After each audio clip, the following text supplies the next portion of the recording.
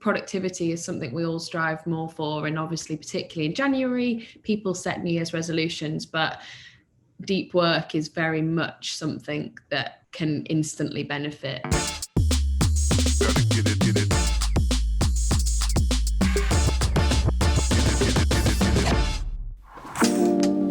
Well, 2021 is here.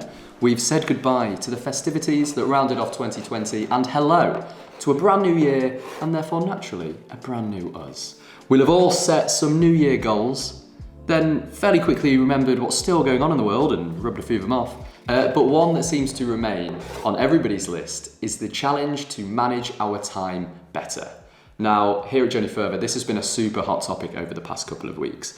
With so many different approaches and techniques, all with varying degrees of success from one individual to another, it got us thinking, is there one approach that is the most popular? Can strict time management be for everyone? And what are the Journey Further team doing in 2021 to work smarter? Matt Kay, first and foremost, we'll start simple. Are you a good time manager? I learned years ago that I needed to be. I think I'm all right. If someone was looking in from the outside, I think I'd look very unorganised, but it kind of works for me, I guess. I don't. I actually really struggle with time management. Like, I've tried loads of different things and none of it has ever really worked for me. The moment what I'm doing is like keeping lists of all the things I need to do and then basically redoing that list almost practically every day. Any techniques or particular systems that you use, Chris? The main one I kind of use really is to get into a good level of focus is a Pomodoro. You set a timer, you give yourself 25 minutes, and then you just focus on one task for that 25 minutes. I always feel like I work better when I'm under a bit of pressure or there's a bit of urgency around something. I've recently started time blocking. So before I was like a big lover of Gantt charts, which I still am for projects, but just generally this year, time blocking out my days at the start of the week, literally running through day by day what I'm doing every hour. If I actually write down all of my priority tasks and spend time each and every day prioritising those tasks, and then I immediately take those tasks and I time box them within my calendar, I think part of the trick is to learn the amount of time you should be placing on that task, giving the value that actually that task is going to deliver for you in the business. So Isabel, quite a few people that I've been speaking to seem to subscribe to Cal Newport's time blocking technique, which he outlines in Deep Work, which I know has been a previous book club read, that I know resonated with so many people at the agency, yourself included.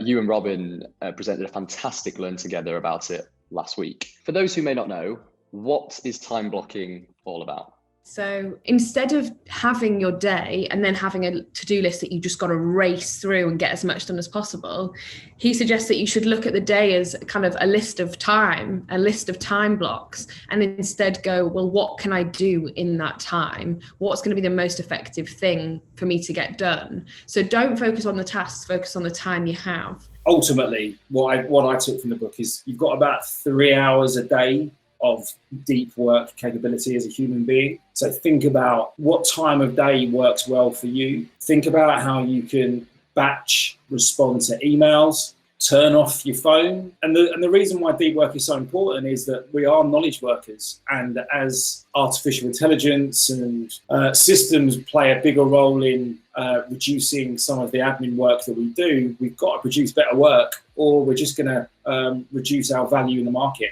Now, of course, we've even taken deep work one step further. We have a deep workspace in the office. We have deep workspaces on Slack. And you have just kicked off deep work mornings. Why don't you tell us a little bit about that?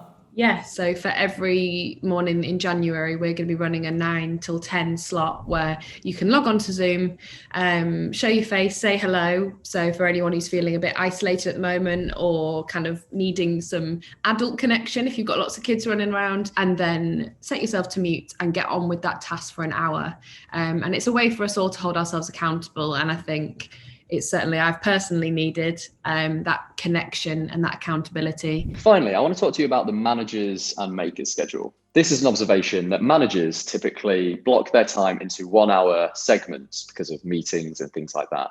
Whereas makers, such as writers, programmers, analysts, such as yourself, they have to block out their time in larger increments, half a day maybe, to be able to really get down into engrossed, detailed work. Now, with Journey Further, of course, there's no client services team. Clients have direct access to the analysts. So in essence, the makers also have to manage. I was wondering, what challenges does that bring about, and how do you tackle that?